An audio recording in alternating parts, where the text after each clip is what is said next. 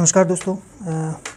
Doctor Manmohan Singh, one of the finest prime minister of India, ऐसे कम जाना जाता है उनको। एक्सीडेंटल प्राइम मिनिस्टर ज़्यादा पहचानते हैं लोग, जो अभी पिक्चर भी आई थी एक कुछ साल पहले।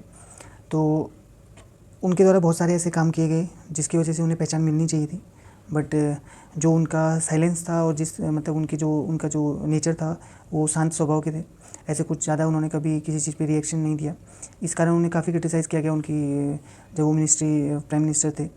तो इस वजह से उन्हें काफ़ी लोगों ने क्रिटिसाइज़ किया और इवन उन्हें पपिट तक बोला गया कि वो जो सोनिया गांधी डिसीजन लेती हैं एंड वो खाली सिर्फ नाम के प्राइम मिनिस्टर हैं।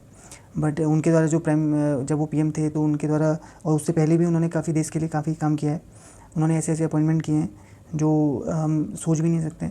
उन्होंने आरबीआई गवर्नर किया हुआ है और उनके काफ़ी ऐसे पोस्ट हैं जो उन्होंने किए हुए हैं। Deputy chairman of planning commission उन्होंने किया हुआ है। फाइनेंस मिनिस्टर उन्होंने किया हुआ है। जब 1991 में वो फाइनेंस मिनिस्टर बने थे तो उन्होंने देश को काफ़ी बुरी स्थिति से बाहर निकाला था।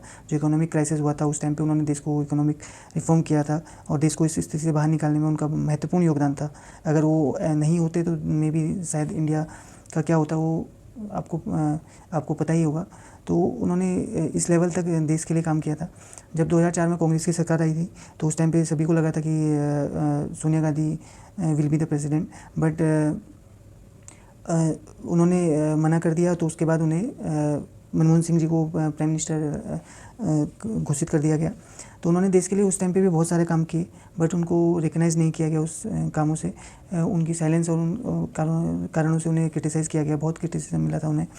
उन्होंने जो काम किए, जैसे उन्होंने आरटीआई लगाया, आरटीआई 2005 में लागू करी, तो राइट टू इन्फॉर्मेशन एक्ट, और उन्होंने सर्व शिक्षा अभियान चलाया था। उन्होंने मनरेगा की योजना चलाई थी। उन्होंने जितनी भी योजनाएं अटल बिहारी वाजपेयी जी के टाइम पे चली थी उन्होंने कंटिन्यू रखा था।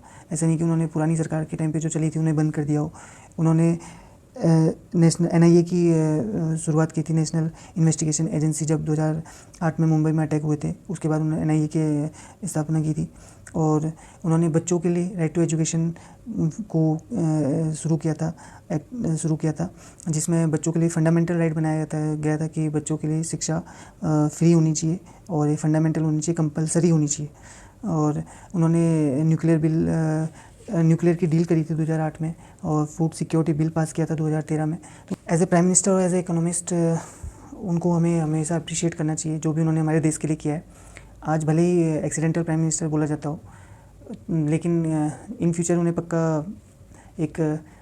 लोग एक ग्रेट इकोनॉमिस्ट के रूप में जानेंगे और एक ऐसे मिनिस्टर के रूप में जानेंगे जिन्होंने देश के लिए बहुत सारी ऐसी एक्ट पास किए, ऐसे बिल पास किए जो बहुत ज़रूरी थे इस देश के लिए।